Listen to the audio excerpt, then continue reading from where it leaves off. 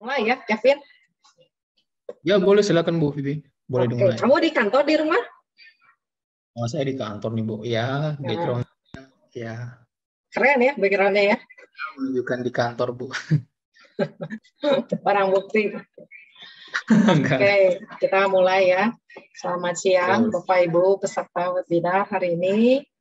Eh, Tema hari ini kita coba memperkenalkan sektor properti dan konstruksi ya.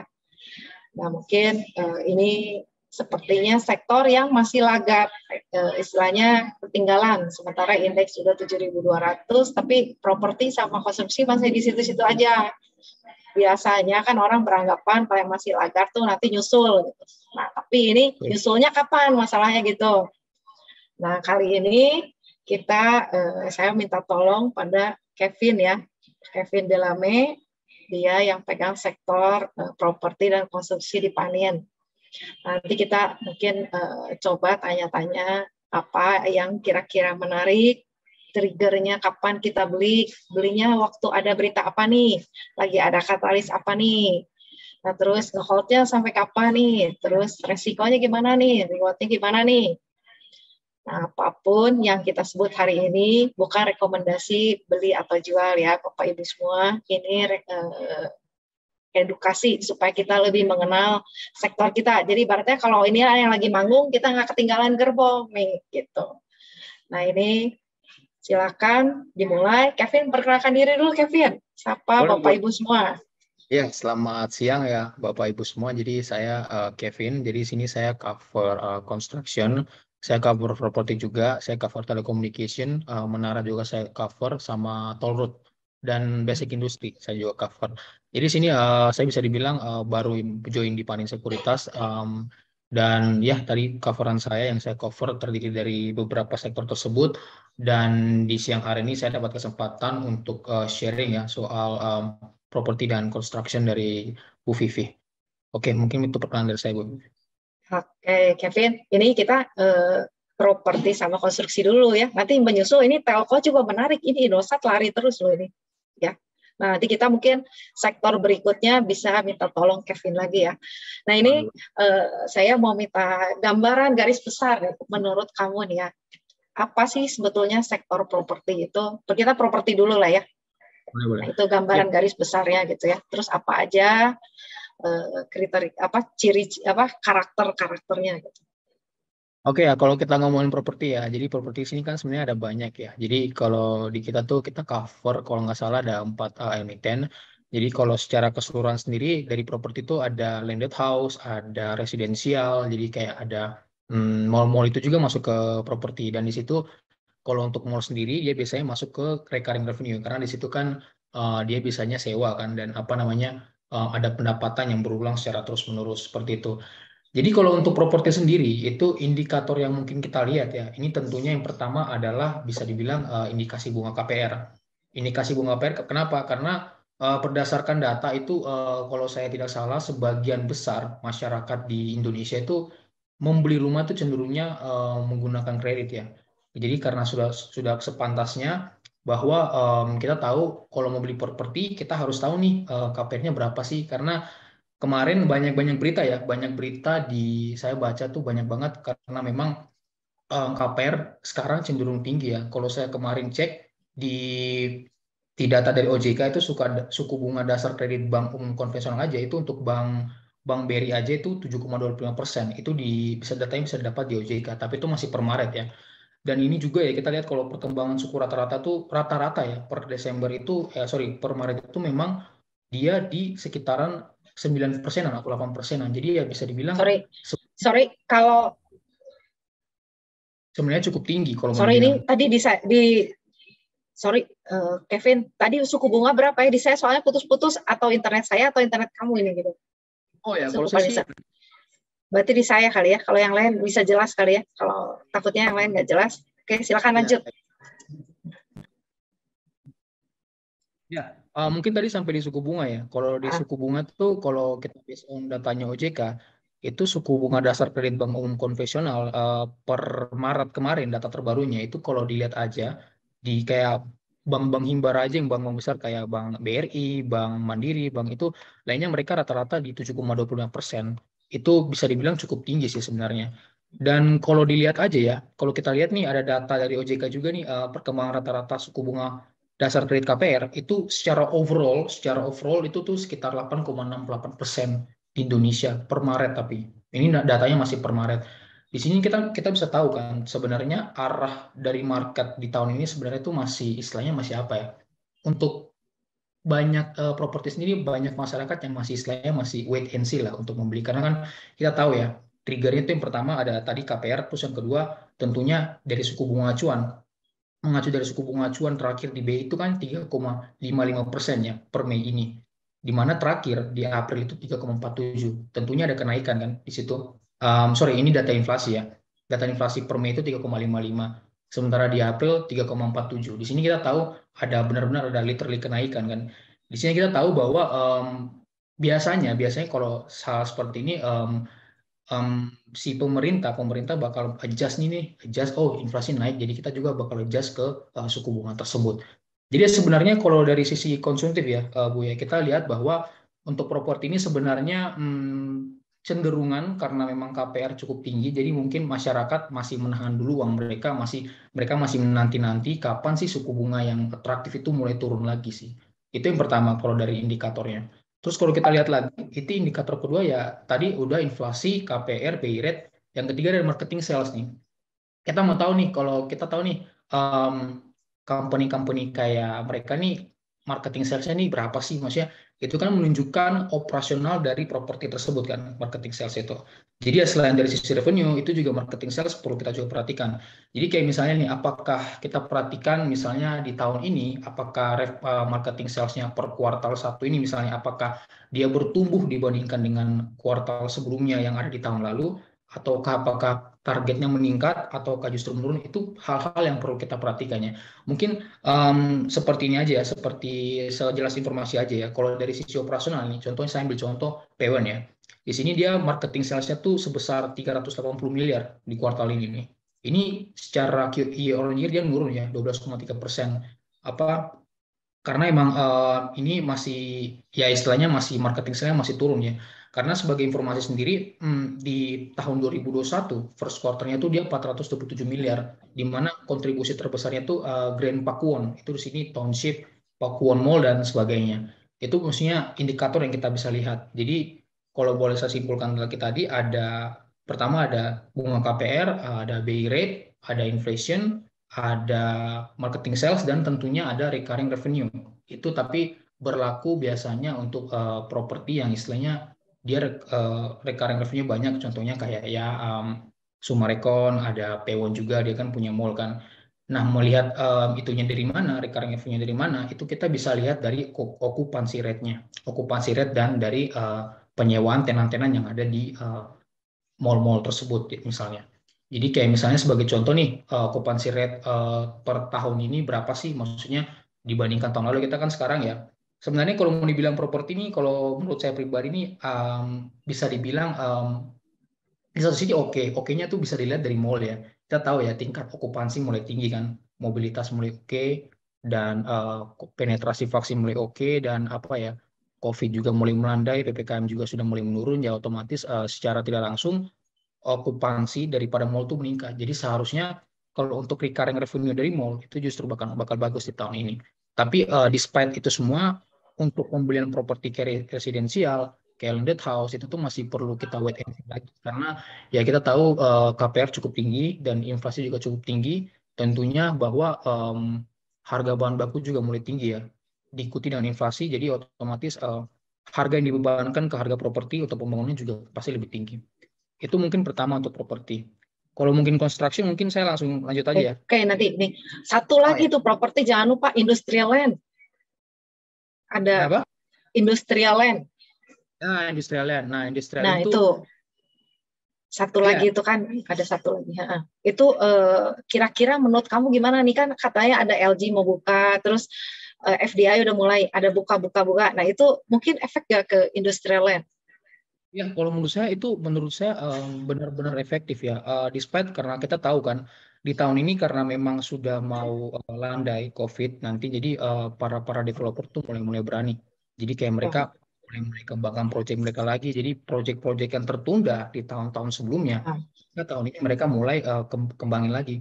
Ya kembali ke hal yang tadi, mereka tentunya melihat hal-hal seperti inflasi juga sih mereka melihat, karena kan di satu sisi itu juga dapat berdampak ke penetapan harga jual, dan juga itu tentunya mereka kaitkan juga dengan okupansi tadi. Jadi ya mobilitas sudah mulai oke, jadi ya mereka otomatis mulai ke trigger lagi nih untuk membangun nih.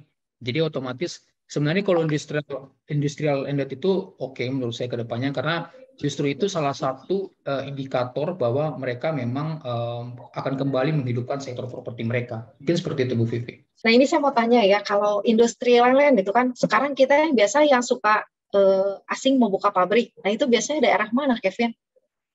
Ya, kalau pabrik tentunya kayak misalnya kita tahu ya kemarin kayak kemarin ada utusan dari Indonesia ke, kalau nggak salah, ke Tesla ya, ketemu Elon Musk, mereka mau bahas Hmm.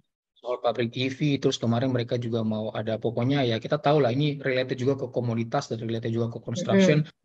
Mereka kayak gitu, tentunya kalau mereka buka-buka ke daerah seperti itu, tentunya tuh biasanya ke daerah-daerah yang istilahnya memiliki banyak sumber daya alam. Jadi kayak misalnya, kalau tidak salah kemarin ada pembukaan listrik juga ya, kalau nggak salah di Cikarang atau Karawang. Jadi ya istilahnya memang tempat-tempat yang mereka tuju itu tempat-tempat yang misalnya dekat dengan produksi dari komoditas, atau bisa juga tempat-tempat yang istilahnya enak untuk aksesnya dengan pelabuhan, karena ini juga related tuh logistik kan, karena Nah, ini jadi mungkin mereka. salah satu triggernya Akra naik ya.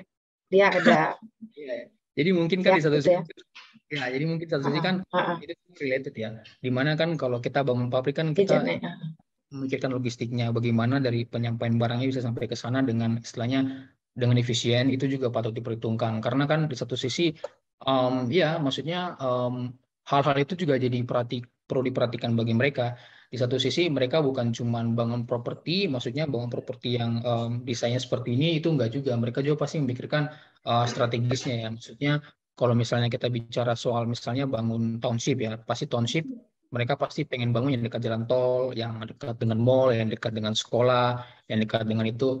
Saya rasa semua connected ya. Dari sisi logistik untuk pabrik pasti mereka bakal melihat itu, karena ya alur masuk barang, pengiriman barang, dan secara rute-rutenya itu pasti mereka patut perhitungkan. Karena kan di situ ada potensi bisa menurunkan biaya kan dari situ, karena itu related to logistik dan operasional juga.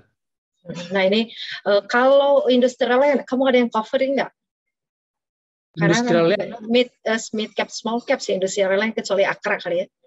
Iya, kalau kami sih eh, kami nggak cover sih. Kami kalau cover tuh hanya P1, BSDE, Sumarekon, dan satunya Cetera Ciputra sih kalau dari kami. Oke, nah, ya jadi kurang lebih gambarannya kayak gitu kali ya. Nanti kalau mau tahu ya, nanti mungkin saya mau minta tolong ya industri lain yang kira-kira menarik yang mana gitu kan? Itu yang related sama FDI apa penanaman modal terus sama komoditas, karena kita mungkin ada story-nya di situ ya.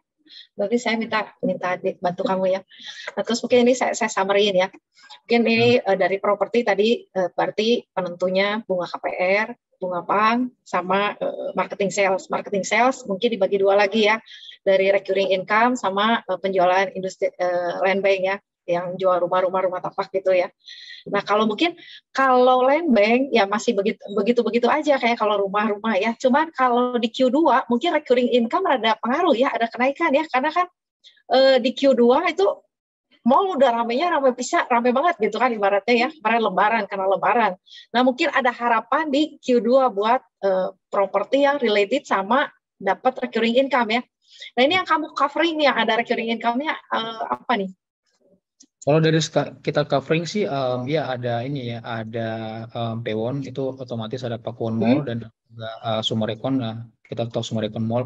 Kalau kita tahu ya soal recurring income, betul, saya setuju. Jadi otomatis di tahun ini sudah seharusnya recurring income mereka membaik, dan itu juga Hmm. dapat ke top line mereka ya istilahnya. Karena kita tahu aja ya, kita bandingkan dengan tahun lalu di kuarter 2 aja tuh, justru setahu saya di tahun lalu memang benar-benar kalau nggak salah tuh sempat PPKM level 4 ya. Jadi Hmm.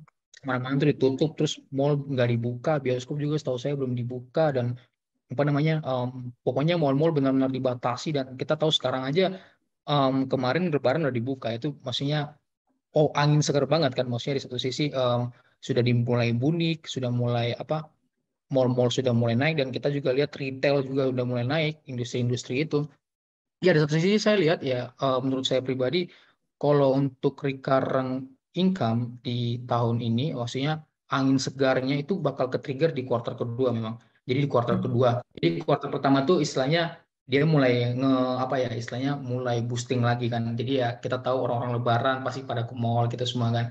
Jadi ya kan, jadi mungkin mungkin bakal pengaruh tuh dari April kan. Jadi kan kalau kita hitung kuartal kedua kan mungkin dari April sampai Juni kan. Jadi ya mungkin seharusnya titik masa di mana pada saat Lebaran-Lebaran itu di bulan-bulan April orang-orang belanja kemana-mana itu mungkin benar-benar berdampak ke kuartal kedua ini kalau untuk recurring Hmm. revenue-nya.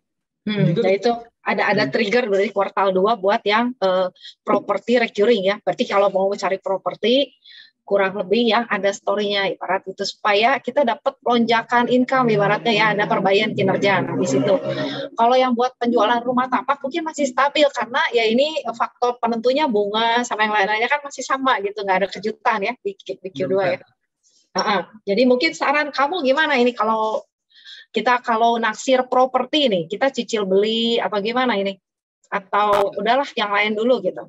ya, kalau saya pribadi sih saya pribadi sih, karena mungkin saya masih milenial ya, dan saya sih pribadi mungkin kalau untuk properti sebenarnya kalau mau dibeli, menurut saya sih masih wait and see dulu ya. Pantesan ini properti berat banget ya, nggak Kalau naik-naik. saya Bagard memang ketinggalan berarti properti ya, karena kita kan ada antisipasi kenaikan Fed rate ya.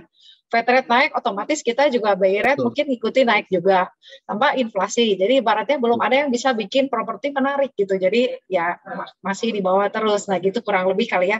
Mungkin kita lanjut sekarang ke konstruksi ya, Kevin. Ini terakhir mulai gerak-gerak, ini mulai gerak oleng-oleng ini nih. Dari di bawah mulai ke pick up nih. Coba kamu minta tolong ceritain nih ada apa nih di konstruksi. Ya, kalau kita ngomongin konstruksi ya, sebenarnya kalau konstruksi itu intinya satu, kita tuh harus tahu proyek-proyeknya seperti apa ke depannya ya. Di satu sisi sih kita harus tahu target proyeknya berapa di tahun ini dan realisasinya berapa di tahun ini. Dan tentunya itu yang pertama. Dan tentunya yang kedua itu tentunya kita lihat dari porsi utangnya. Karena kita tahu pendanaan terbesar dari emiten konstruksi itu kebanyakan ya dari hutang. Karena kita tahu ya, itu masih mirroring sama yang tadi sih. Kenapa utang ini diperhatikan? Karena apalagi dari sini utang bank ya, kita harus perhatikan. Karena mirroring seperti yang tadi, kita tahu bahwa utang yang tinggi tentunya bakal, jika suku bunga itu tinggi, itu otomatis dapat juga meningkatkan interest interest expense dari company itu sendiri kalau memiliki banyak utang. Jadi mungkin saya ulang ya, kalau konstruksi tergantung dari proyek sama realisasi dari proyek tersebut, terus sama leverage utang. Tingkat utang kalau udah tinggi kan berarti pengaruh ke bunga pinjaman, sama keleluasaan. Kalau kan kita tahu sendiri kalau konstruksi itu kalau terima proyek biasanya mesti pakai utang juga. Kalau utangnya udah mentok rasionya dia susah lagi pinjam lagi. Nah, ibaratnya kayak gitu ya. Kita ngomongin utang ya. Jadi kalau pendanaan construction itu kebanyakan memang di utang ya. Kenapa ini perlu diperhatikan? Karena tentunya kita lihat di sini kita ngomonginnya hutang bank ya, bank loan ya, maksudnya hutang yang berbunga. Kenapa? Karena mirroring seperti yang sebelumnya, ketika tingkat suku bunga itu naik, jadi bakal berdampak ke si emiten yang memiliki utang banyak, khususnya utang bank ini, utang yang memiliki berbunga. Jadi ketika suku bunga naik, utang berbunganya juga ikut naik, jadi interest expense-nya naik sehingga berdampak ke bottom line-nya, ke net profit-nya. Jadi ya kebanyakan kita tahu bahwa um, OPEX-nya sudah meningkat, beban laba kotornya sudah meningkat, ditambah lagi dengan apa namanya interest expense yang meningkat, kan itu bisa buat bottom line cukup terjerumus ke bawah ya, istilahnya seperti itu. Jadi menurut saya dua hal itu benar-benar yang harus diperhatikan ya. Pertama, realisasi kontrak dan target kontraknya di tahun ini seperti apa, terus bagaimana strategi dia untuk maintain kontrak baru dia ke depannya seperti apa. Terus yang kedua itu kita lihat dari porsi utangnya. Utangnya itu sendiri em, apakah bisa terjaga dengan baik, apakah bisa di-maintain ke depannya. Jadi ya seperti itu kalau untuk construction sendiri. Di mana kita di sini juga lihat ya, itu tuh banyak banget company-company yang di sini nih istilahnya untuk kita tahu ya, mungkin saya lanjut aja ya, Bu Vivi ya. Kita tahu kalau mungkin untuk construction sendiri kan kita beberapa dengan cover. Kalau kita lihat sendiri dari laporan keuangan mereka bisa dibilang ada beberapa yang istilahnya masih masih membukukan kerugian, ada yang masih istilahnya untung namun mungkin tidak sesuai ekspektasi atau mungkin seperti apa. Mungkin hal seperti itu sih Bu. Tapi di satu sisi ya, sebenarnya ada katalis positif nih dari emiten konstruksi. Kenapa? Karena kita tahu mirroring juga dengan properti di tahun ini, proyek-proyek yang sebelumnya ditunda di tahun 2020 itu banyak banget bakal realisasikan tahun ini. Itu yang pertama. Terus yang kedua ada angin segar dari IKN. Kita tahu di sini ini benar-benar bisa jadi katalis positif buat konstruksi ya. Saya sendiri sih setiap pagi kan kami ada morning meeting ya. Di morning meeting itu kami setiap pagi kayak kita melihat berita-berita apa yang mungkin related tuh yang kita cover. Jadi ya saya lihat itu sekarang memang banyak banget pemerintah kayaknya memang lagi fokus buat infrastruktur khususnya buat konstruksi. Jadi ya mereka bakal genjot terus tuh karena kan di satu sisi mereka ingin menaikkan pariwisata. Pariwisata itu juga mereka genjot juga dengan adanya pembangunan konstruksi. Jadi yang menurut saya konstruksi sendiri sih sebenarnya ya kalau kita lihat ini mungkin story-nya bakal cukup panjang dalam artinya mungkin enggak langsung terrealisasi di kuartal 2 dalam laporan keuangannya. Maksudnya apakah laporan keuangannya dia boosting net profit-nya bagus atau gimana? Mungkin kalau menurut saya pribadi kuartal pertama, kuartal kedua ini belum terlalu terrealisasi, tapi mungkin bakal terrealisasi itu sekitar kuartal ketiga atau kuartal keempat dan mungkin juga di tahun depan. Despite itu yang pertama ya, mereka ada penggencaran pembangunan infrastruktur dan lain-lain. Mereka mau menyelesaikan proyek-proyek yang ditunda di tahun 2020, 2021. Dan satu sisi trigger utamanya itu menurut saya long story yang menarik adalah di IKN sendiri. Karena kita tahu ya, IKN sendiri ya itu benar-benar proyek yang bisa dibilang cukup besar ya. Maksudnya di satu sisi itu mencakup semua. Itu kemarin banyak player-player juga dari properti yang juga pengen ikut ke sana. Terus kemarin banyak-banyak yang sudah konstruksi yang mulai-mulai ikut tender. Jadi mereka sudah mengatasnamakan mereka untuk mengikuti tender tersebut. Mungkin Nah kalau ini, saya oke, mungkin IKN bisa jadi boosting kayak SWF dulu ya. betul. Walaupun mungkin gaungnya beda cerita, tapi sama-sama heboh gitu, ibaratnya gitu ya. Nah terus ini saya mau tanya, yang nyambung sama IKN ya, properti kan kita emiten properti yang kamu covernya di atas itu ada nggak sih yang punya land bank banyak di IKN gitu? Ya, kalau dari land bank kemarin saya sudah ngobrol-ngobrol ya. Kita kemarin memang ada. Jadi yang benar-benar ada ini tuh BSD kebetulan. Jadi kemarin tuh BSD mereka juga sedang melakukan hal yang sama ya. Mereka juga ikut serta dalam proyek ikan tersebut. Jadi BSD ini mereka juga sedang melakukan istilahnya apa ya? Mereka akan melakukan pembangunan ke arah sana. Dia mungkin nggak related pas di IKN-nya, tapi jarak dari pembangunan dia properti itu ke tempat ibu kota yang baru itu cukup dekat. Jadi ya bisa dibilang sekitar 10 sampai 20 kilometer gitulah. Itu kan bisa dibilang cukup dekat kan. Di satu sisi itu bisa jadi apa ya? It's all related lah itulah istilahnya. Karena satu sisi properti pasti bakal jadi pemain kan di sana karena kemarin berdasarkan berita yang saya baca antara hari ini atau kemarin itu pemerintah juga memang akan terlebih dahulu tuh melakukan pembangunan rumah, mereka juga pembangunan kantor, dan mereka juga akan ya pembangunan desain dan build lain semua seperti itu sih. Ya, Ya jadi menurut saya properti juga mungkin saya nggak tahu ya player-player lain juga mungkin akan melakukan hal yang sama karena tentu saja ini big opportunity karena ya satu sisi ini merupakan proyek sih menurut saya proyek yang maksudnya di satu sisi banyak menguntungkan pihak ya khususnya di pihak konstruksi sih seperti itu.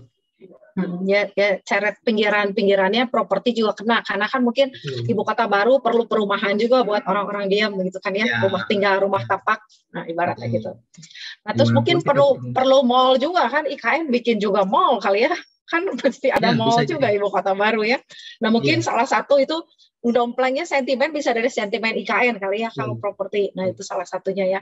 Nah ini kalau soal konstruksi sendiri ya, kan kalau tadi nyerempet-nyerempet IKN bisa bawa satu gerbong, kan ini saya satuin karena bisa bawa bareng-bareng. Nah ini kalau dari konstruksi sendiri, kan ya kalau saya biasanya 4 konstruksi besar itu kan Wika, Adi, PTPP, Waskita. Nah itu karakternya masing-masing apa sih gitu.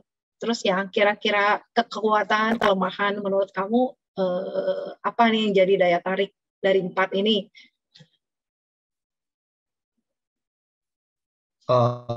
Sorry Bu Vivi, sinyal saya yang mungkin kurang baik. Kamu kamu Mungkin bisa putus-putus sih. diulangi Bu Vivi, sorry banget. Tadi Oke. putus-putus di saya. Oke. Ini kan semua BUMN konstruksi. Oh ini sebelum saya lupa nih ya. Kalau pembukuan realisasi nih proyek laporan keuangan dari konstruksi ya, itu biasanya dari Q1, 2, 3, 4 paling bagus di Q berapa sih diakui pendapatannya? Kan kadang-kadang kan dari metode pembukuan juga pencatatan pendapatan gitu jadi menentukan hasil akhir gitu. Kadang-kadang di kuartal berapa sih laporan keuangannya paling bagus gitu? Iya. Iya, ini untuk konstruksi ya berdasarkan penyatatannya. Iya, kalau sorry mungkin kalau saya kedengaran tanya Bu ya. Kedengaran. Ya, soalnya Bu Vivi saya nge-free, saya takutnya ada ini masalah koneksi. Oke Bu, jadi kalau untuk masalah pencatatan ya sebenarnya itu tuh kemarin kita tahu ya si Waskita ini dia ada rilis ada revisi laporan keuangannya di 2000 kalau nggak salah di 2019 atau 2020 saya lupa. Jadi istilahnya kalau untuk pencatatan di konstruksi ini bisa dibilang sebenarnya semua itu related ya sebenarnya gimana karena sebenarnya kalau masalah pencatatan itu biasanya memang di akhir tahun, Bu. Biasanya kita tahu konstruksi itu mereka biasanya ada revisi itu biasanya di akhir tahun itu, di setiap akhir tahun. Jadi misalnya kalau kita bicara soal ini sebenarnya itu based on pendapatannya aja. Jadi kan ada apa ya? Ada properti konstruksi itu mereka dapat kontrak. Jadi kadang dapat kontrak nih misalnya 5 triliun itu kadang mereka benar-benar catatnya itu setelah memang proyek itu selesai. Jadi ada juga yang misalnya em, dapat proyek itu mereka sudah catatkan itu sebagai pendapatan. Jadi seperti itu Bu kalau mau dibilang karena kan sebenarnya jadi istilahnya mungkin realisasi dari laporan keuangannya Bu itu kan kita tahu kalau construction itu bisa dibilang long term ya karena kan pembangunan itu butuh takes time banget bisa berbulan-bulan bahkan bertahun-tahun. Jadi ya sebenarnya em, emiten yang memang dapat misalnya dapat kontrak terus dia pencatatannya kontrak itu diakui sebagai pendapatan setelah pekerjaan itu selesai itu biasanya sih cukup lama sih dapat direalisasi di laporan keuangannya. Jadi ya istilahnya dia dapat kontrak banyak tapi istilahnya kontraknya belum selesai jadi ya revenue-nya segitu-segitu aja sih Bu. Jadi ya makanya ini berdampak banget sih. Jadi ya emiten yang istilahnya dapat dapat kontrak tapi ternyata kontraknya itu direalisasikan ke laporan keuangan setelah pekerjaan itu sudah selesai. Jadi seperti itu Bu. Nah kan kadang-kadang kan pencatatan, metode pencatatan padahal udah dapat tapi belum diakui pendapatan gitu kan ya. Kadang-kadang ada kayak begitu ya. Ya, Nah itu biasanya tiap akhir tahun diakuin nggak pendapatannya atau murni mesti proyeknya beres dulu baru dicatat pendapatannya. Kalau misalnya tiap akhir tahun mesti dicatat kan kita lumayan ini akhir tahun udah 30% dari proyek kelar. Nah itu mulai dicatetin gitu. Atau 3 tahun baru dicatat kayak gitu. Iya. Iya, kalau in overall sih karena kebanyakan ya Bu, in overall tuh memang kebanyakan setelah proyek itu selesai. Jadi biasanya proyek itu selesai pada misalnya di akhir tahun, jadi ya setelah itu langsung dicatat. Jadi ya kebanyakan tuh kalau emiten konstruksi itu biasanya setelah itunya selesai. Ya berarti nggak ada musim-musiman ya karena tergantung proyek selesai. Iya. Oke. Nah ini saya minta tolong nih karakter dari empat konstruksi besar itu ya dari PTPP, Ya. Adi, Wika, Waskita karakternya masing-masing sama kekuatan kelemahan masing-masing. Oke. Ya, jadi kalau dari kita saya mungkin dari Adi dulu ya Bu ya. Ya, kalau kita lihat sendiri ini, kalau Adi kan di kuartal ini dia tuh bisa dibilang dia pendapatannya menurun ya, maksudnya menurun ini 6,3% year on year. Di sini juga Q on Q-nya juga menurun. Di sini karena apa ya? Di sini nih kalau kita lihat itu tuh disebabkan oleh segmen engineering-nya dia. Segmen engineering cost-nya tuh tercatat sebesar dia turun banget 1,4 triliun ya. Di satu sisi ini kita melihat sih kalau dari realisasi kontrak baru ya, dia realisasi kontrak barunya itu di ADI yang pertama dia tuh sebesar 3,9 triliun. 3,9 triliun dari targetnya tahun ini itu sekitar 24,28 triliun. Di mana sebanyak ini tuh memang paling banyak di konstruksi. Itu yang pertama. Kita ngomong dulu dari segi perayaan kontrak ya, Bu ya. Hmm. Itu pertama untuk Adi. Terus yang kedua sendiri kalau untuk PTPP itu tuh dia kemarin dia salah satu ininya ya, yang salah satu triggernya dia tuh disebabkan oleh adanya peningkatan kontrak dari pihak berelasinya dia yang didominasi tuh oleh PT Pengembangan Pariwisata Indonesia ya, di mana ini pembangunan ini dilakukan pembangunan grandstand NV Village Mandalika Internasional kemarin yang udah diadakan kemarin.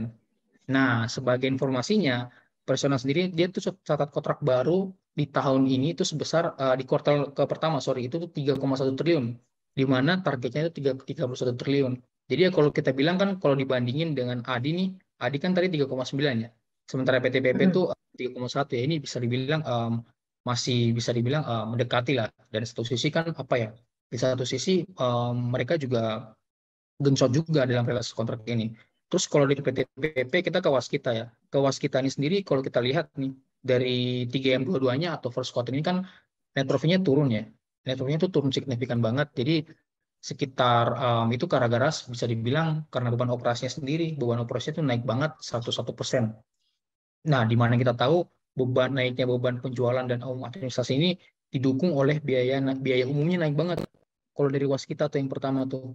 Jadi kita tahu lah kalau misalnya Waskita ini kemarin juga dia loss ya di itu tuh gara-gara dia ada apa divestasi dari tol tersebut. Itu mungkin dari apa ya?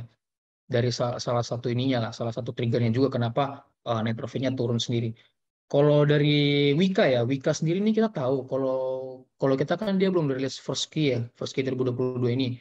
Dia baru rilis 12M21 ini. Kalau Wika itu sendiri dia net profitnya turun sebenarnya. Tapi di satu sisi turun tuh karena one off. Istilahnya bukan nggak terlalu operasional banget. Jadi karena kalau kita lihat bahwa penghasilan lain-lain dari Wika ini dia tuh turun 1,2 triliun di mana sebelumnya itu kalau nggak salah 3 triliun. Jadi penurunan penurunan ini sebenarnya karena bisa dibilang rugi buku ya karena penurunan dari impairment, ada impairment di laporan keuangannya. Jadi kalau untuk target kontraknya sendiri di tahun ini Wika tuh ada 42,5 triliun. Cukup jauh dibandingkan dengan dua yang tadi. Itu yang pertama, itu yang berikutnya. Terus kalau kita tahu ya, angka ini tuh udah naik 99,41% dibandingkan periode yang sama tahun sebelumnya. Jadi ya kita tahu kalau Wika ini dia cukup ekspansif ya, cari-cari kontrak baru. Di mana dia memperoleh kontrak baru ini pada kuartal berikutnya, itu tuh dia juga nyasar-nyasar proyek-proyek pemerintah nih. Dan ada BUMN juga yang masih kira-kira paling sampai akhir tahun ini akan ditender. Karena kan mereka kepikiran long term banget kan. Nah, terus ada Weton nih, kita cover Weton, Wijaya Beton. Kalau kita lihat sendiri dia juga sama, dia belum rilis kuartal pertama tahun ini. Itu kalau kita lihat dari 12M-nya atau akhir tahun 2021 itu pendapatannya turun ya. Ini turun kenapa? Karena ada penurunan juga pada penjualan produk putarnya. Jadi produk putar tuh istilahnya kalau dalam beton itu ada dua kan, non putar sama putar sebenarnya fungsinya sama aja, cuman em, cara cara pembuatannya aja yang berbeda. Jadi kalau mungkin Bapak Ibu tahu produk putar itu kayak misalnya tiang beton, tiang listrik distribusi, terus ada tiang listrik transmisi, ada tiang telepon, tiang listrik jalan rel, tiang lampu, itu sama aja. Terus kalau kayak non putar itu kayak misalnya digunakan kayak maritim. Jadi kayak sebenarnya perbedaan jenis beton itu cuma di cara proses pembuatannya aja. Kalau untuk Weton sendiri ya, Weton sendiri tuh dia cukup besar ya. Hampir April kemarin tuh kalau nggak salah dia omset kontrak barunya tuh mencapai 1,95 triliun gitu. Di mana dari capaian tersebut itu dia sudah mengantongi sekitar 26% dari target kontrak baru di tahun ini yaitu 7,35 triliun dari targetnya. Nah, itu tuh bertambah per kuartal satunya di mana bertambahnya tuh sekitar 1,6 triliun. Jadi bisa tahu boostingnya tuh cukup banyak kan.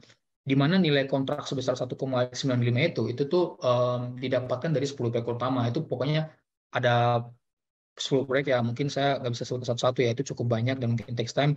Dan satunya mungkin yang kalau teman-teman Bapak Ibu tahu itu kayak misalnya ada proyek pembangunan jembatan Sungai Sambas, terus kayak coastal area Kota Balikpapan, terus kayak Manya Smelter Project, terus ada jalan tol Indrapura Kisaran seperti itu. Terus selain itu juga Wika tuh dia apa ya? dia sedang ekspansi juga ke Wika Beton, sorry, dia juga ekspansi juga ke pasar Asia Tenggara. Jadi first quarter itu dia berhasil menangin tender proyek pengerjaan rel kereta api milik Philippines National Railways, di mana tender tersebut berhasil didapatkan bersama aliansi strategisnya. Itu berbentuk konsorsium, jadi dengan dua rekanan lokal strategik dari Filipina ya. Jadi kalau kalau mau saya bilang ya, sebenarnya kalau dari strength dan weakness-nya dari masing-masing emiten ini sebenarnya kita lihat itu dari kemampuan mereka mendapatkan kontrak baru sih.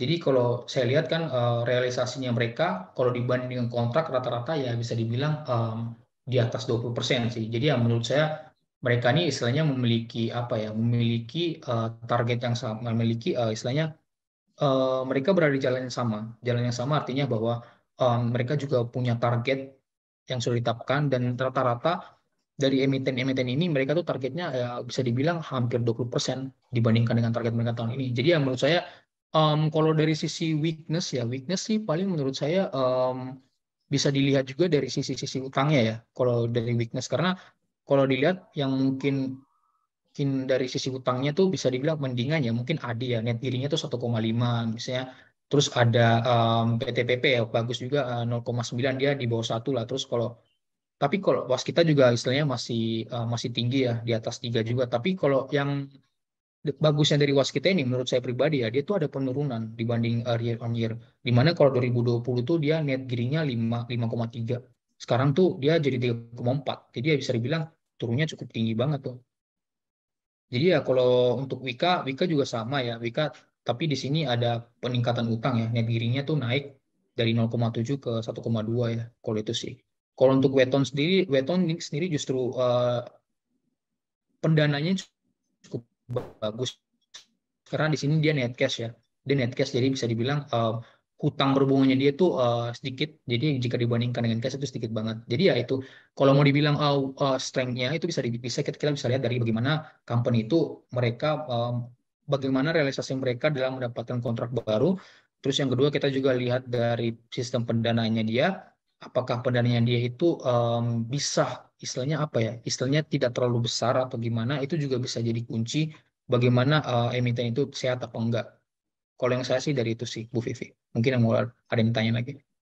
Oke, ini kan berarti kalau Weton tuh nyambungnya ke kasarnya gini kan, Weton tuh kan anaknya Wika kan. Berarti Wikanya seneng ya ikut-ikut kan berarti Weton ya. Betul. Sama WG, ini WG gimana kalau WG? WG kan katanya banyak bikin gedung-gedung, kalau Weton kan bikin beton-beton. Nah, ini kalau WG anaknya satunya lagi kira-kira gimana? Iya, kalau WG Operate. sih, kita nggak cover sih Bu WG ini. Nggak Kalau cover. WG Oh, Wijaya Gedung oke. kita nggak cover sih. Kebetulan kita hanya cover tuh Waskita ada Wika, Weton sama PTPP sama Adi sih Bu. Kalau untuk Wijaya Gedung sih kita nggak cover. Cuman menurut saya sih kalau untuk pembangunan gedung ya, pembangunan gedung itu kan bisa jadi related juga ke properti kan, misalnya seperti itu. Mm-mm. Mungkin opini saya sih gini sih Bu. Istilahnya intinya adalah kuncinya adalah kita ngomongin soal bagaimana dia mendapatkan target kontrak itu tadi yang pertama, terus yang kedua bagaimana dia progresnya dia dalam menyelesaikan kontrak yang sudah dia dapat. Jadi kan apakah misalnya dia sudah tetapkan target di bulan misalnya saya bulan Juni, apakah memang dia bisa menarikan itu, bisa ya kayak gitu. Oke, ini kalau misalnya ini ya, Adi, saya mau nanya, kalau Adi itu sebenarnya banyaknya bikin gedung, bikin LRT, atau bikin jalan, atau bikin apa ini, Kevin? Ya, kalau Adi Jagonya sendiri ya. gitu, jagonya dia bikin apa gitu.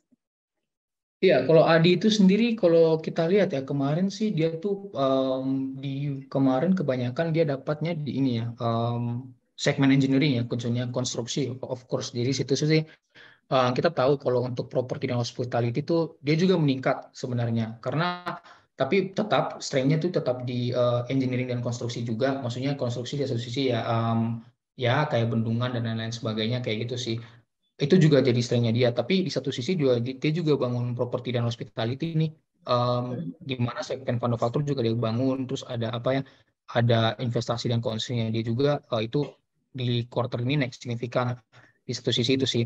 Dan apa ya, kalau mau dibilang itu peningkatan investasinya tuh di anak-anak perusahaannya itu, kayak misalnya kita tahu kayak PT Jaling Tim Adi Praya, terus ada Adi Jaling Tim Riau itu tuh bisa dibilang naik naik-naiknya bisa dibilang di first quarter tahun lalu mereka nggak bukukan apa-apa nih, tapi justru di first quarter tahun ini mereka udah bukukan pendapatan, maksudnya bagi bagi ADI ya sebagai holding seperti itu.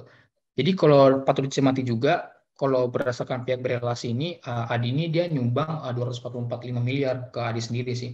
Di mana disebabkan karena perusahaan mendapatkan banyak pihak dari kontrak ketiga sih. Jadi ya kalau ADI ini memang dia banyak yang dapat kontrak tuh dari pihak ketiga. Jadi kalau dari pihak berelasinya itu cenderung menurun kalau di seperti ini sih. Ya, jadi kalau bisa dibilang ya, kalau mau dibilang sih kontrak baru ADI ini paling banyak masih di konstruksi sih, konstruksi. Terus properti juga ada 7%, terus proyek gedung juga ada 30%. Jadi terus sisanya itu merupakan lini bisnis lainnya lah, maksudnya other things, jasa dan lain-lain sih seperti itu sih. Kalau kalau Oke, berarti tipe campur, pekerjaannya, proyek campur-campur ya. Nah, campur. Dia juga bangun jembatan, gedung juga. Jadi kalau jembatan kalau nggak salah 29%. Terus ya, jadi investor lainnya campur-campur lain. Terus ada juga sumber dana tuh kontrak barunya berasal dari ada juga dari pemerintah, dari BUMN dan BUMD sih. Sementara ada juga proyek kepemilikan swasta dan lain-lain seperti itu sih. campur mix berarti ya. Kalau PTPP gimana PTPP? Ya, kalau PTPP ya, PTPP kalau PTPP sih kita tahu ya, itu kemarin story-nya salah satu story besarnya tuh dia bangun yang related to Mandalika ya. Kemarin di International Circuit itu tuh dia kerjasama dengan PT Pengembangan Pariwisata Indonesia ya di situ. Dan di satu sisi tuh dia kemarin kalau dari sisi marginnya sendiri sih sebenarnya dia cukup tertekan ya. Di sini dia 12,7%, itu di mana tahun lalu tuh dia 14,3% ya. Itu karena kenapa? Karena kita tahu ya meningkatnya harga bahan baku itu pertama related ke apa namanya related ke em, tadi bahan-bahan baku ya related ke inflasi dan sebagainya. Karena harga komoditas juga naik seperti itu kan. Kalau kita tahu sih laba bersihnya tuh turun ya sebenarnya kalau PTPP. Ini turun ke 2,28,2 miliar ya. Tapi di sini disebabkan karena anak usahanya tuh mencatatkan kerugian. Jadi misalnya PT Senturion Perkasa Iman, terus ada PT Sinergi Kolomadu, PT PP Energi itu dia rugi. Jadi meskipun laba bersihnya turun, kalau kita lihat itu ke depannya kami tuh positif sih, maksudnya masih melihat itu karena kan dia ada peningkatan kontrak baru ya. Terus di situ juga berasal dari KCC Glassgate Batang ya. Ini dengan kontrak nilainya itu 895 miliar. Itu tuh gede banget ya bisa dibilang sih. Terus ada juga ada gedung data center Cikarang itu eh, proyeknya kontraknya sebesar 600 miliar sekitaran itu. Terus kita tahu ya, ya seperti itulah pokoknya story dari ADI PTPP sendiri itu sih. Ya istilahnya satu sisi em, menurut saya ke depan oke sih. Maksudnya di satu sisi ya minta laporan keuangan mereka, tapi ya di satu sisi mereka bisa realisasi target-target proyek mereka sih, Bu. Ya kan dia keuntungan PTPP net gearingnya paling kecil ya. Jadi dia bisa terima kontrak lebih besar ya dibanding yang lain karena entah dia masih di bawah ya dibanding yang lain ya. Ya, betul. Nah, oke itu kalau waskita Betul. kemarin udah right issue juga masih net gearingnya masih 3 ya. Nah kalau waskita Ya, sendiri betul betul. jagonya tuh bikin apa sih? Kalau nggak salah dulu baca-baca dia jago bikin jalan tol, benar nggak sih? Betul, betul, Bu. Tapi iya, bos kita tuh sebenarnya jalan tol. Dan jalan tol, tapi di satu sisi ya, di satu sisi tuh kalau kita lihat di apa di 12M21 kemarin itu, dia tuh sebenarnya dia loss itu karena dia ada divestasi, Bu. Dia divestasi di Mm-hmm. di tolnya itu. Jadi ya sebenarnya sih langkahnya dia tuh sebenarnya apa ya? Karena dia itu ya pertama sih memang dia bangun bangun tol juga. Terus ya maksudnya dia juga jago lah, maksudnya itu bagian Mm-hmm. dari dia kan. Di satu sisi juga apa ya di sini kalau kita lihat sih dia ada penjualan precast-nya juga, Bu. Dan di sini juga dia ada dapat properti juga, penjualan properti juga. Tapi kalau dilihat memang pendapatannya menurun ya kalau di 12M21. Tapi kalau penurunan pendapatan ini kita dugaan kami sih karena adanya penyelesaian proyek yang tertunda ya. Dan saat ini sebenarnya waskita tuh dia masih fokus untuk restrukturisasi serta dia Mm-hmm. lanjutkan strategi partnership dengan investor dan melakukan aset recycling tadi itu related ke tol tadi seperti itu. Jadi tapi di sini kalau kita lihat waskita sendiri tuh ada peningkatan pada pendapatan jalan tolnya. Di sini ya kita tahu itu sebesar 770 miliar. Itu benar tadi relatednya dengan Ibu bilang.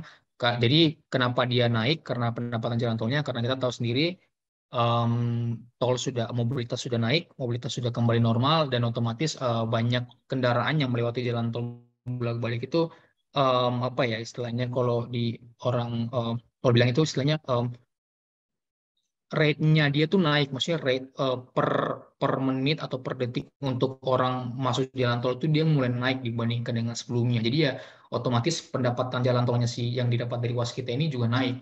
Kita tahu ya kalau di 12 satu tuh dia naik 775 miliar, Bu. Jadi itu kalau mau di secara persentase itu 98%. Ya kita tahu ya longgar PPKM sih, itu sih.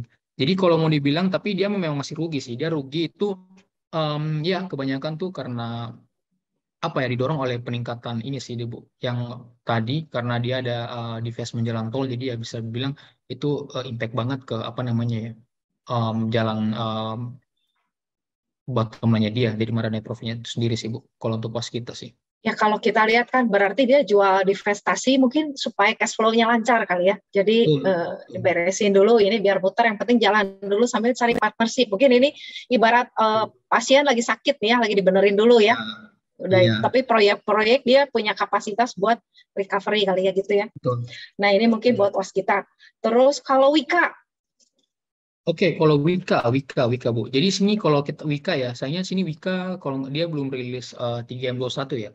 Jadi kalau Wika ini sendiri dia tuh kalau mau dibilang secara year on year pendapatan itu naik ya. Dia naik 7,7%.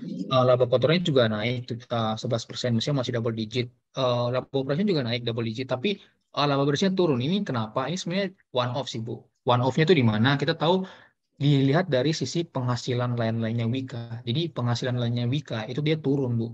Dia turun jadi 1,2 triliun atau turun itu sekitar 200%. Dia turun jadi sekitar. turunnya bukan penurunan laba operasional, tapi karena Iya. dulu ada one time profit, jadi turun sekarang Iya. gitu ya. Iya, jadi sebenarnya penurunan ini karena apa ya? Karena sebenarnya based on pencatatan accounting sih, karena jadi ada penurunan pada impairment-nya Pencatatan dia. gitu.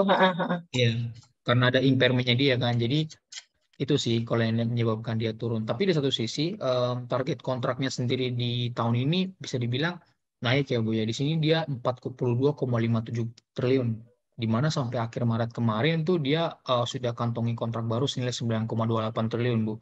Di mana angka itu sudah naik 99,41% dibandingkan periode yang sama tahun sebelumnya.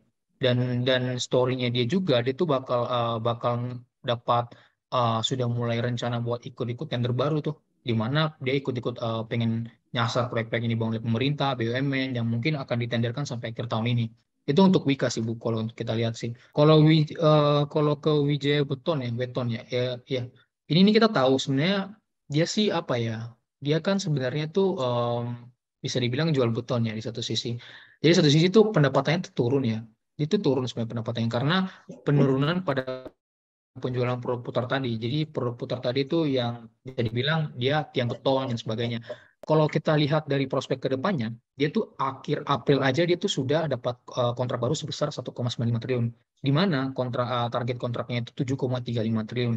Di sini 26% kan artinya. Artinya bahwa dia sudah di atas 20%. Itu istilahnya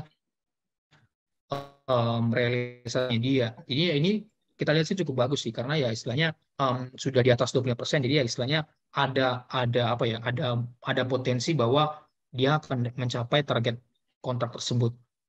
Ya, jadi kalau 1,95 itu kemarin dia dapat dari 10 proyek utamanya nih. Jadi kalau yang paling mungkin agak cukup terkenal tuh kayak misalnya peningkatan kapasitas jalan tol Jakarta Cikampek KM 50, terus ada jalan tol Semarang Demak, ada pembangunan pabrik kaca di Kabupaten Batang, terus ada tol Palembang Betung. Jadi untuk seperti itu, Bu. Terus kalau itu yang yang mungkin jadi katalis positif buat si Wika Beton ini ya, ini tuh yang pertama dia saat ini sedang ekspansi. Dia ekspansi ke Asia Tenggara juga. Di mana di kuartal ini, pertama ini, dia tuh berhasil menangin proyek pengerjaan rel kereta api, Bu. Jadi satu sisi kalau kita lihat ke depannya sih seharusnya mungkin masih oke kalau sebenarnya dari konstruksi secara overall karena tapi di satu sisi gimana ya? Karena apa ya? Karena penyelesaian kontrak itu mungkin membutuhkan waktu. Jadi ya mungkin realisasi ke laporan keuangan itu mungkin tidak terlalu mencerminkan hal yang baik sih Bu. Jadi ya istilahnya untuk construction sih mungkin story-nya masih panjang banget. Jadi ya mungkin dia very very long term sih. Kata Lisa mungkin di situ sih. kan karena dia proyekan ada tapi pengakuannya nanti baru beres gitu ya, dan terus ke pending, jadi nggak tahu dicatetin pendapatannya kapan gitu ya, makanya terus melantai. Nah itu mungkin karena itu yang bikin dia berat ya. Nah, tapi ini kelihatannya trader kan mulai naik nih ya. Nah, kalau sebenarnya kita nih dari misal kadang-kadang kita suka cari nih dari beberapa emiten, kira-kira yang masih murah apa gitu. Kita lihat dari kalau emiten, kamu biasa lihat dari PER, PBV, atau apa ini biasanya? Kan kadang-kadang, wah ini Wika PBV-nya udah 1, wah kita ini masih 0 sekian, kita kejar. Nah, terus PER-nya segini, kita ini. Yang lebih berperan PER, PBV, atau apa ini, rasio apa gitu? Iya ya, kalau kita lihat sendiri sih dari apa ya? Kalau dari construction yang pertama itu kita lihat dari PBV ya, alasannya ya karena apa ya? Karena kita tahu kan kalau construction sendiri tuh ya, apakah suara saya jelas Bapak Ibu? Sorry. Jelas. Iya. Kalau kita tahu ya construction sendiri itu kita pakai PBV, price to book value. Kenapa? Karena kita tahu construction ini bisa dibilang pendapatannya itu unstable ya. Dia bisa dibilang ya unstable banget dan apa? Jadi kita pakai price to book value. Terus kalau kita kalau untuk properti sendiri kita pakai net asset value. Seperti itu sih. Kita pakai itu karena ya kita pakai implied discount to NAV sih kalau untuk itu, karena kan kita perhitungannya based on aset properti mereka. Jadi ya istilahnya untuk valuasi sendiri kita menggunakan itu UVV. Kalau untuk price to book itu untuk construction. Terus kalau tidak menutup kemungkinan juga kita menggunakan price to book ke properti ya di satu sisi. Tapi kita mostly kita pakai discount to NAV, net asset value dari properti yang ada. Oke, nah itu mungkin rasio yang bisa dipakai ya Bapak Ibu buat valuasi ini ya. Nah terus setelah ini ya kan kita kalau udah nyambung properti, konstruksi, sektor apa nih yang ke bawah? Ini kan perlu semen, perlu besi, baja, nah itu ke emiten mana itu? Sorry Bu, putus-putus saya. Ya kan ini kan kalau sorry, kedengaran nggak? Ya, kedengaran. Nah, kalau ngebangun tuh kan perlu bahannya paling utama tuh kan semen, baja, besi kan ya kayak gitu. Nah, itu berarti nyambungnya ke sektor industri ya, basic industri ya. Betul. Nah, ini nanti kita bahas di pertemuan berikutnya aja kali ya, related sama ini kan ya. Jadi panjang itu kan ya. Nah, ini mungkin saya bacain beberapa pertanyaan dulu ya, Kevin ya. Boleh. Oke nih, Iya, ini terima kasih Pak Heru. Ini ada pertanyaan, mungkin bisa dielaborate proyek weton berapa persen dari Wika? Setahu saya weton lebih banyak dari luar daripada parents, beda dengan SBP. Mungkin mau nanya kali ya, proyek induk dari induk banyak dari induknya atau dari luar Wika gitu ya. Terus, ini dijawab dulu aja satu lah. Ya, kalau mungkin ya proyek weton berapa persen dari Wika ya. Kalau proyek weton berapa persen dari Wika itu memang benar weton itu dia lebih banyak dari luar sih daripada dari peran. Jadi istilahnya dia lebih banyak ke pihak sekitar berapa ya? Kalau setahu saya sih dia lebih dari 50%. Tentunya dia lebih 50% itu dia lebih banyak dari dia fokusnya memang ke pihak ketiga, jadi bukan pihak berelasi sih. Kalau untuk weton sendiri. Oke, Jadi berarti dia istilahnya nggak dari induk ya, berarti sendiri dia ya. Dari induk pihak ketiga. Ya. Oke, sama ada progres dari SWF untuk perusahaan konstruksi? Sama view right issue waskita tahap 2. Iya, kalau untuk progres SWF sendiri ya, untuk konstruksi sendiri, kita tahu kalau sebenarnya sih apa ya story-nya itu sebenarnya di tahun lalu ya. Cuman di tahun ini sih seharusnya bakal ada apa ya, bakal ada sentimen positif lagi ya. Karena kita tahu kalau misalnya apa ya, SWF sendiri kan itu dia bakal fokus juga ke construction ya. Dia juga bakal fokus membangun infrastruktur. Dari satu sisi kita tahu bahwa progres SWF ini kita lihat ya, kalau memang dia juga tuh di satu sisi dalam bukan cuma fokus membangun infrastruktur seperti jalan tol dan lain, tapi dia juga fokus dalam lebih ke energi terbarukan. Jadi ya sebenarnya kalau kita lihat progres dari SWF sendiri, terakhir saya dapat info sih memang mereka masih on progress. On progressnya mereka sih nggak nyebut persentasenya berapa untuk realisasi proyek yang ada. Tapi mungkin yang bisa kita jadi patokan itu bahwa apa ya? Sebenarnya itu juga terkandung dari realisasi proyek-proyek yang sudah didapat oleh pemerintah dan di mana diteruskan ke emiten-emiten construction. Jadi ya mungkin kita bisa trace-nya dari situ sih. Jadi ya istilahnya apa kita bisa lihat apakah dari proyek-proyek was kita ini apakah related to SVF atau seperti itu sih. Jadi dari situ kita bisa kayak maintain bagaimana sih arul atau progres dari SWF ini kepada konstruksi itu sendiri sih. Karena sebenarnya SWF itu nggak selamanya related ke konstruksi juga, karena dia juga fokus ke pembangunan komunitas dan lain-lain sih. Ya, kalau untuk rate issue ya, rate issue terakhir tuh kalau nggak salah memang mereka lagi fokus banget sama rate issue ya. Di satu sisi sih kalau saya lihat ke depannya mereka bakal ini ya, mereka bakal apa ya? Mereka bakal apa? Di situ sih mereka bakal menggunakan itu tuh untuk apa ya? Untuk membayarkan utang-utang mereka ya. Itu sudah pasti.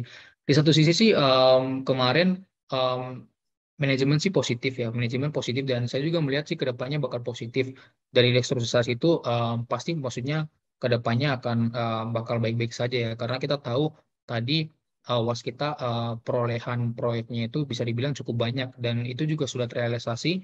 Mereka cukup agresif dalam mencari proyek-proyek baru dan mereka juga terkandung dalam realisasi mereka yang bisa dibilang di atas 20% lah di first quarter ini. Oke, mungkin buat jaga net gearing dia ya, was kita masih jaga itu ya. Nah, terus ini yang saya masih rada bingung ya, sebenarnya masih jalan itu SWF kan waktu beberapa tahun lah gembar-gembor terus hilang gitu ya. Nah sekarang tapi sebenarnya diam-diam begini tuh tetap jalan ya ibaratnya gitu ya. Tetap tetap jalan. Oke. Jadi kayak Nah, sebenarnya ya mereka tuh bisa dibilang apa ya? Itu tuh bisa dibilang udah terrealisasi. Ada beberapa mungkin yang saya nggak tahu maksudnya terrealisasi dalam bentuk apa, tapi kita bisa trace-nya itu dari apakah proyek-proyek itu tuh related tuh memang SWF itu sendiri sih Bu. Karena satu sisi kemarin memang story-nya SWF itu pengen fokusnya ke ESG kan, ke misalnya energi terbarukan sih. Dan di satu sisi kalau untuk construction sendiri memang mereka juga fokus, tapi tidak se-hype seperti komoditas dan tidak se-hype juga seperti mereka pengen percepat infrastruktur di bidang teknologi seperti telecommunication, menara dan sebagainya sih Bu.